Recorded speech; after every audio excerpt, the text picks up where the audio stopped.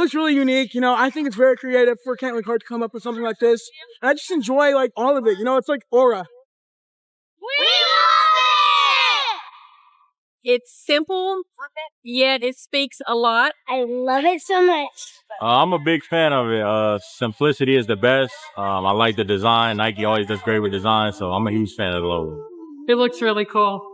I was really excited to see it last night, and it looks like we're going to get shirts with it on it, so that's pretty exciting too. I like it. I like how it incorporates like the CC. I love it. Double C's. Let's go, Kayla. Feels good. Got the pants, got the charms, necklace, zipper. But that's not even the wildest part. With Caitlin Clark sidelined, 5 teammates also scratched from the lineup, and her Nike logo exploding across Gainbridge like it was Times Square, Indiana didn't just survive, they shocked the league by smashing records and climbing back into playoff territory. One game flipped the entire script. The grit, the history, and the looming question of what Clark's comeback will unleash next. This wasn't a regular win. It was a thunderous message to the rest of the WNBA. If you're feeling that fire, then comment, "Fired up for the Fever," right now. Let's go. Think about this. When has a player not even touched the floor, yet controlled the entire night? Tonight from downtown Indianapolis, the Fever welcome in the Seattle Storm with major playoff implications on the line tonight. All right, y'all, look, this is a big one tonight, okay? It's an important one. This has got to be our best 40 minutes. This has got to be our most intentional 40 minutes in everything that we do, okay? Look, no one person needs to do anything outside of themselves, right? But every single person in this locker room needs to be the best. That's exactly what went down inside Gainbridge Fieldhouse, where the spotlight never left Caitlin Clark. She wasn't in uniform, just sitting in street clothes. But Nike used this night to drop her signature logo, and the building transformed into a full-on Clark takeover. The double CC glowed on giant outside displays, lit up every scoreboard, and stamped across the free t-shirts handed out to fans like it was a championship parade. Within minutes, thousands of people slipped them on, turning the arena into one massive sea of Clark supporters, a stadium-wide uniform dedicated to a player who didn't even lace up. And the atmosphere, electric. Before the ball was even tipped, Clark's absence had been erased by her brand power. Gainbridge wasn't just hosting a game. It had been reborn as Caitlin Clark Arena. Every corner you looked, there was a banner, fresh merchandise, or fans gripping that exclusive limited edition gear like it was gold. This wasn't just WNBA basketball. It was a cultural spectacle, a citywide moment that felt bigger than the game itself. The pre-game ceremonies cranked up the tension, and every time Caitlin Clark's name hit the mic, the crowd roared like she was about to check in, even though this was her 16th straight game out with injury. But here's where the real drama hit. He's been the one that's been most affected by all of our injuries. All of the point guards that know how to get her the ball and how they get it to her. And it's not just getting her the ball, it's where you get it to her, getting it to her on time, on target, thinking one pass ahead, all that matters. And I thought today, her aggressiveness with the ball in her hands to the rim, getting into defenders, playing low to high instead of high to low. When she plays like that, there's nobody that can stop her. And, she set the tone for us, really on both ends. She had the NECA assignment as well and set the tone for us on both ends. And, she was terrific. Clark wasn't the only star in street clothes. Sophie Cunningham, Chloe Bibby, Sydney Colson, and Ari McDonald were all sidelined too. 5 Fever players gone, just like that. And with Indiana already losing 4 of their last 5, this wasn't just another matchup. It was a survival test with the playoff race breathing down their necks. One stumble here could cost more than a night. It could cost their season. That's why the night felt split in 2. Off the court, Indiana was running a full-blown Clark festival. But on the hardwood, they were basically holding the roster together with tape and grit against the storm. Even Coach Stephanie White admitted before tip-off that Indiana had to treat this like playoff basketball. Every single game matters. And Aliyah Boston drove the point home, saying the energy felt like May basketball, not August. That's how high the stakes were. The Fever couldn't just coast through this one. The mix of celebration and desperation lit a fire that raised the intensity from the opening possession. It's special. I mean, there's very few people who get the opportunity to say that they have a logo and to make the impact that she makes, not just I think in the sport, but globally, just by being who she is. She's a connector.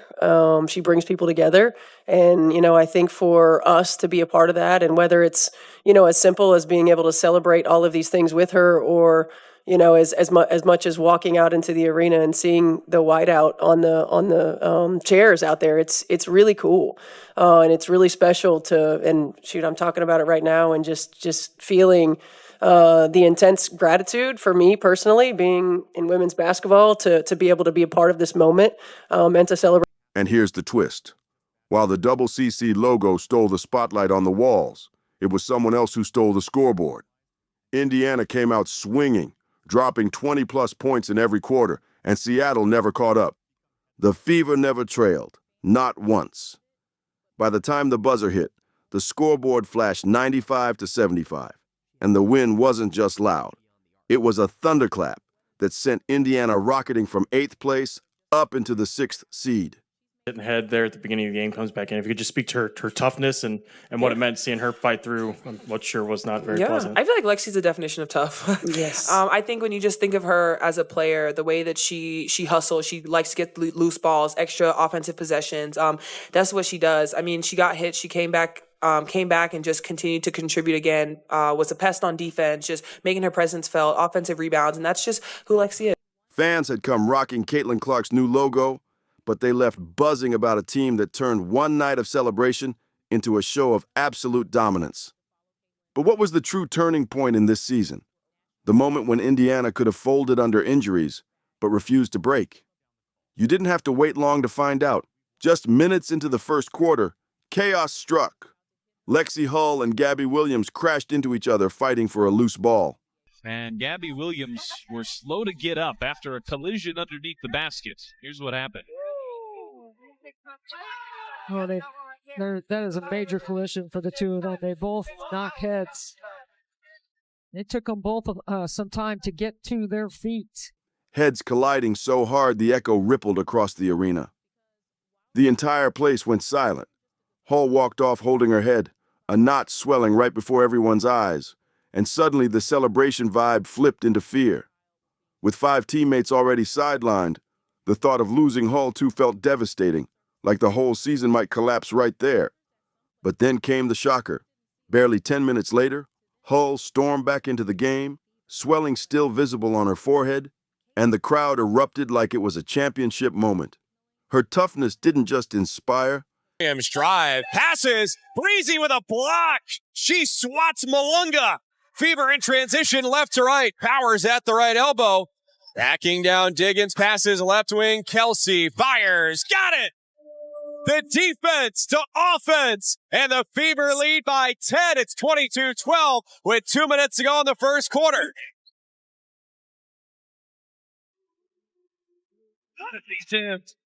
It set the entire tone of the night. Afterward, Aliyah Boston summed it up. Hull is the definition of tough. Coach Stephanie White didn't hold back either, blasting the collision as disgusting. Yet Hull, she shrugged it off with a smile, even laughing when teammates told her she looked beautiful, rocking the lump.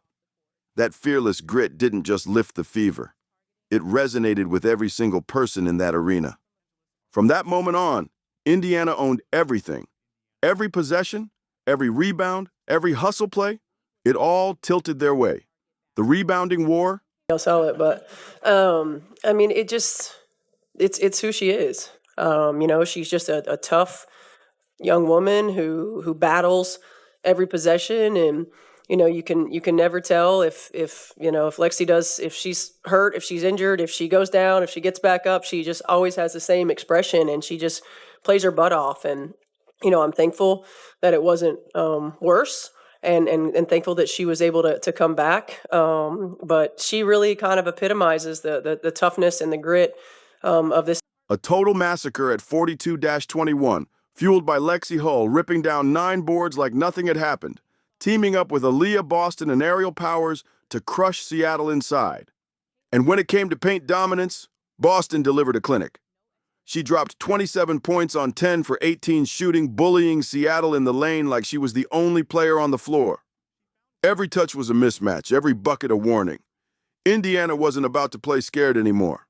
Meanwhile, Kelsey Mitchell and Odyssey Sims were lighting the perimeter on fire. Go. Mitchell, quick trigger, and hits. Unguardable. No one can guard. Mitchell sliced through screens, blew past defenders, and carved up the Storm so badly that veteran Nneka Ogwumike admitted after the game that Mitchell was the head of the snake they simply couldn't contain. Sims made sure her stamp was unforgettable too, not just with 22 points, but with a jaw-dropping contested bank shot from 35 feet, the kind of circus shot that makes a crowd completely lose its mind. Together, Boston, Mitchell, and Sims turned the Fever into an unstoppable machine. Kels set a new franchise record for most points in a single season. Wow!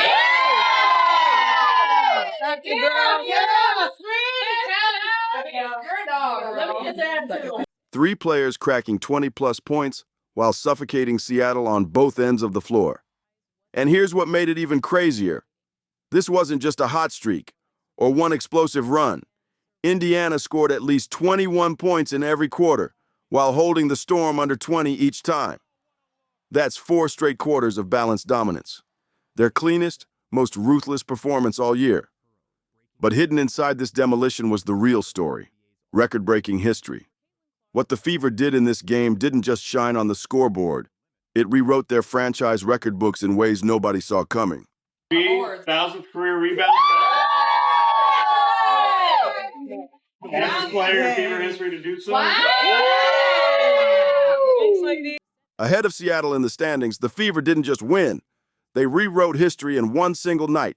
How many records can a team shatter at once? The answer was 6. Yes, 6. This wasn't just a solid performance. It turned into one of the most record-breaking showcases in Indiana Fever history. Sykes doing a good job of stuffing that backdoor cut, but it just sets up the screen and roll.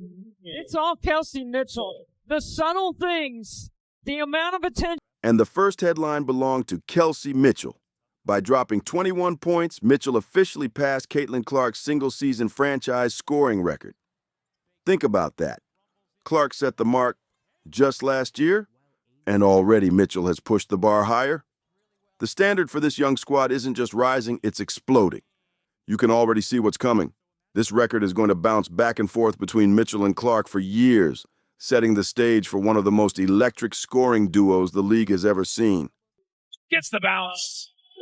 And it's Howard to Boston. 16,737 on their feet at Gainbridge Fieldhouse. Final score, Fever 95, Storm 75. A statement victory for Indiana to spring ahead of Seattle. But Mitchell wasn't done yet. She also became the league leader in 20-point games this season, sitting at the top above every other scorer in the WNBA. She's officially unguardable, flat out uncontainable. Now here's the kicker. This isn't Mitchell stealing Clark's shine. If anything, it's the perfect setup for the future. Once Clark comes back healthy and Mitchell keeps climbing, the scoring punch between them is going to define this franchise for the next decade. But Mitchell wasn't the only one stamping her name into history. And TD lays it in. Lexi left wing, rise and fire. Yes! Howard skip pass. AB, watch 3 right side. Bucket. Mitchell sees 2. There's Boston. Front row into the race. They didn't get a good look, and it's Boston to Mitchell. That wraps up the first half. The Fever lead the Storm 50. Aliyah Boston made sure of that. By hitting 1,000 career rebounds, she became just the second youngest player in WNBA history to do it. The only one younger? Tina Charles. That puts Boston in elite company, and the milestone proves what everyone already knows. Greatness has arrived early. Beyond the raw numbers, it shows her impact every single night. She's not just piling stats. She's the anchor, the energy, the backbone, the heartbeat of Indiana's defense. As if her night wasn't already stamped in gold, Aliyah Boston added another jaw-dropping milestone. She became the second fastest player in WNBA history to hit 1,000 rebounds and 350 assists, trailing only the legendary Candace Parker. Just let that sink in. Boston and Parker, standing alone in that category. Aliyah Boston and Izzy Magmagor in the center jump circle. We are underway from Indianapolis. Odyssey Sims tracks down the jump ball and lays it in. Here is Sims, one of those newcomers, slicing through the defense and gets to the rim. I love the vertical game of the Fever right now. In this building, 2007, finished third all-time points scored. HSA basketball history on the girls' side as Odyssey Sims knocks down a three. It proves exactly what makes Boston special. A rare blend of vision, passing touch, and sheer dominance in the paint. And while Boston was etching her name next to an all-time great, Odyssey Sims made sure she wasn't overlooked. She became the second fastest Fever player ever to reach 50 points and 25 assists, and the only one who's ever done it faster. Caitlin Clark herself. That put Sims right into the franchise's inner circle, proving she hasn't just been a depth piece.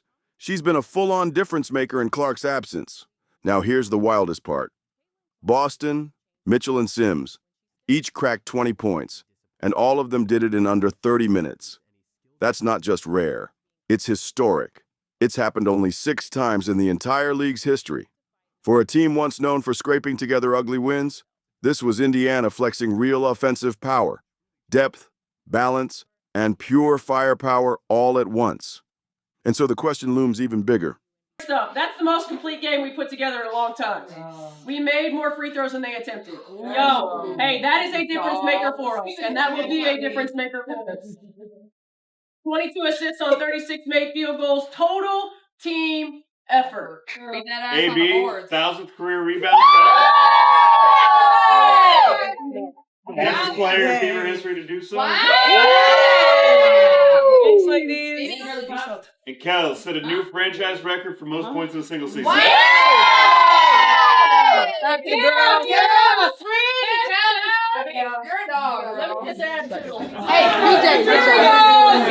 What happens when Caitlin Clark finally comes back to this group? If a shorthanded Fever team can break 6 records in one night, then we haven't even seen their ceiling yet. Because here's the truth. The one player who wasn't even on the floor may still be the piece that saves the entire season. Clark's been sidelined since June 15th with a right groin injury, missing 16 straight games, 25 total regular season contests, plus the Commissioner's Cup final. And yet, her shadow still defines everything. That's a massive hole for Indiana. They've had to reinvent their entire identity on the fly. But the second Caitlin Clark's name gets mentioned, the crowd leans in because her return isn't just another lineup change. It could flip the entire playoff race upside down. Coach Stephanie White has been blunt about the standard. Clark won't just be tossed into games cold.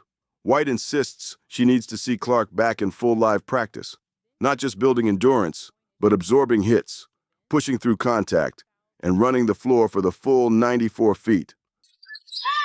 And good hands there by Aliyah Boston, just wrestles it away from Agumake, and here is Mitchell.